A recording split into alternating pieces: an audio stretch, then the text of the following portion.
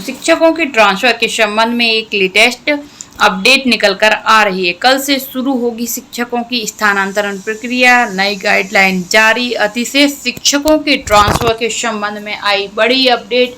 अतिशय शिक्षकों के ट्रांसफर में मिला यह लाभ। देखते हैं क्या है फुल अपडेट। इस तरह की शिक्षा विभाग से संबंधित लेटेस्ट अपडेट के लिए देखते रहिए चैनल, वीडियो को लाइक एंड शेयर कीजिए। तो अतिशय शिक्षकों के लिए ट्रांसफर में क्या लाभ मिला है देखते हैं। सत्र के बीच में हो सकेगा ट्रांसफर। तो अतिशय शिक्षकों का ट्रांसफर सत्र के बीच में कभी भी हो सकेगा। स्कूल शिक्षा विभाग ने स्पष्ट किया है कि छात्र हित को ध्यान में रखते हुए अतिशय शिक्षकों का स्थानांतरण शैक्षणिक सत्र के बीच में किसी भी समय किया जाएगा। इसके लिए काउंसलिंग प्रक्रिया अपनाई जाएगी। जो शिक्षक काउंसलिंग में शामिल नहीं होंगे उनका तबादला प्रशासनिक आधार पर किया जाएगा। नीति के अनुसार किसी भी संस्था में सामान्य तौर पर सबसे लंबे समय से कार्यरत शिक्षक को अधिशेष माना जाएगा। हालांकि पिछले 2 साल से स्थानांतरित होकर आए शिक्षकों के कारण अतिशेष की स्थिति बनती है, तो 2 वर्ष के भीतर पदस्थ हुए शिक्षक को अतिशेष की श्रेणी में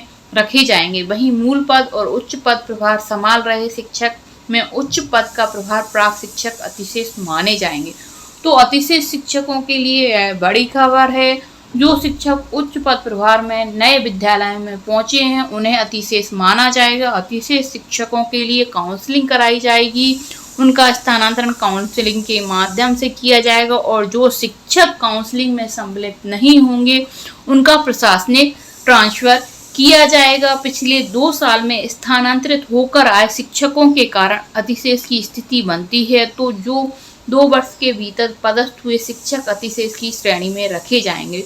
तो अब जो नए शिक्षक स्कूलों में आए हैं उन्हीं शिक्षकों को अतिशेष माना जाएगा।